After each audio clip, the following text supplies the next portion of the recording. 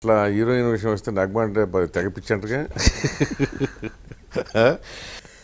అంటే పిచ్ అంటే సార్ చిన్నప్పుడు నాకు గుర్తు స్కూల్కి వెళ్తూ 10th లోనో ఇప్పుడు అంటే ఆ ఏజ్ ఎలా ఉంటుంది అంటే ఏం తెలియదు కొద్దిగా కౌమార దశ అంటారు కదా ఆ టైంలో నగ్మా నా హీరోయిన్ నన్ను బాగా హాంట్ చేసిన హీరోయిన్ అదే అంటున్నాను అనేది పిచ్ అంటే బాగా అంటే ఇష్టం అదే వాల్ పోస్టర్ ఇంకా ఎదురుకుండా చూసుకుంటూ అల్లరల్లుడు పోస్టర్ ఏదో అలా స్కూల్ బ్యాగ్ వేసుకుని అలా చూసేవాడిని ఎట్టుంది లడ్డు లాగా ఉందనా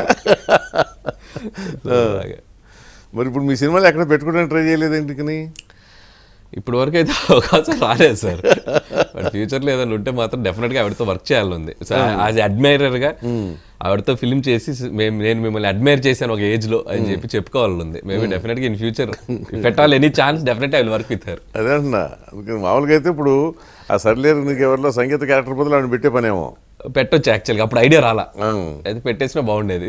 లేదులే ఇప్పుడు మర్చిపోయి ఉంటారు ఆమెని చెప్పే కనుక గుర్తుకొచ్చింది కొత్త కొత్త వాళ్ళు కనపడుతున్నారు కదా ఇప్పుడు నెక్స్ట్ ఆలోచిస్తా. ఇప్పుడు బాగా అట్లా ఎవరంటే బాగా ఇష్టం ఇప్పుడున్న హీరోయిన్స్లో సార్? ఇప్పుడున్న హీరోయిన్స్లో నేను కాలేజ్ టైంలో నాకు ఇలియానా అంటే బాగా ఫ్యాంటసీగా ఉండేది. సో ఇంకా ఆ తర్వాత ఎవరు అంత మనల్ని అంటే అబ్బా ఇదిరా హీరోయిన్ అనిపించే అంత నాకు ఎవరు అనిపించలేదు సార్. సో ఇలియానా ఒక దాని అంటే ఒక థండరస్ రెస్పాన్స్ ఇచ్చిన అమ్మాయి అప్పుడు మొదట్లో. బట్ ఇప్పుడు ఎందుకంటే బాగున్న వాళ్ళు ఉన్నారు ఇప్పుడు ఉన్నారు కానీ ఏమో అంటే ఏదో డైరెక్ట్గా చూస్తున్నారు కనుక ఇంకా అంటే అప్పుడు ఇండస్ట్రీలో లేం కాబట్టి ఆ ఎక్సైట్మెంట్ లెవెల్ నాకు అర్థమైంది, వచ్చింది. సో బయట నుంచి చూడటం వేరు, లోపల నుంచి చూడటం వేరు కనుక సింతేనా అనిపిస్తుంది. సో అందుకని ఇప్పుడు ఏం పెద్ద మీరు ఇంప్రెస్ అవ్వట్లేదు లేదా అయినా చెప్పరు, అది వేరే విషయం.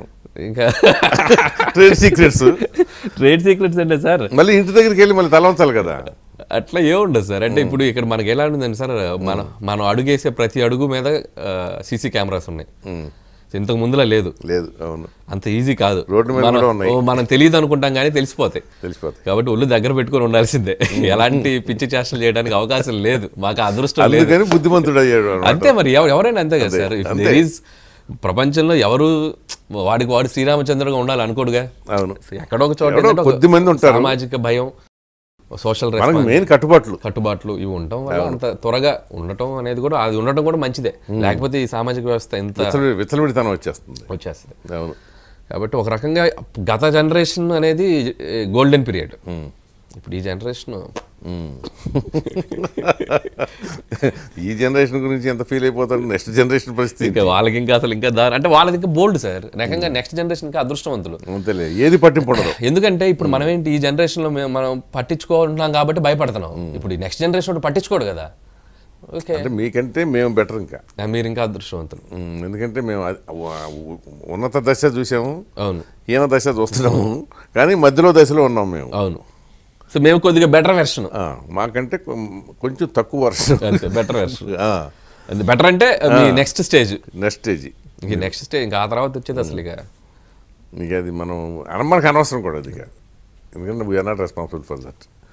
బట్ జనరల్గా ఏంటంటే ఇండస్ట్రీ వచ్చేటప్పటికి ఏంటంటే గాసిప్స్ కూడా చాలా సహజం అయ్యి. సినిమా ఇండస్ట్రీ గ్లామర్ ఎక్కడైనా ఎనీ గ్లామర్ ఫీల్డ్ అండి ఉంటుంది కదా. ఉంటుంది సార్, అంతే. ఏముంటుంది దాంట్లో అంత పెద్ద ఫీల్ అయిపోవాల్సింది. మీ ఆవిడ ఎప్పుడన్నా జనరల్గా మీరు సినిమాల్లో పెడతారే మొగుడు బయటికి వెళ్ళి వస్తే వాసన చూసినట్టు 1 సెకండ్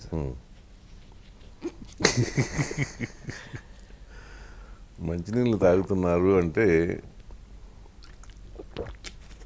అనుమానించాల్సిన విషయం ఏమైనా ఉందా? అంటే బేసిక్గా మా ఆవిడ చాలా మంచిది సార్, చాలా మంచిది. దాన్ని ఏమంటారు, ఒక్కొక్కసారి ఏంటంటే ఆ సపోర్ట్ లేకపోతే మనం ఇండస్ట్రీలో ఎక్కువ కాలం పనిచేయలేం.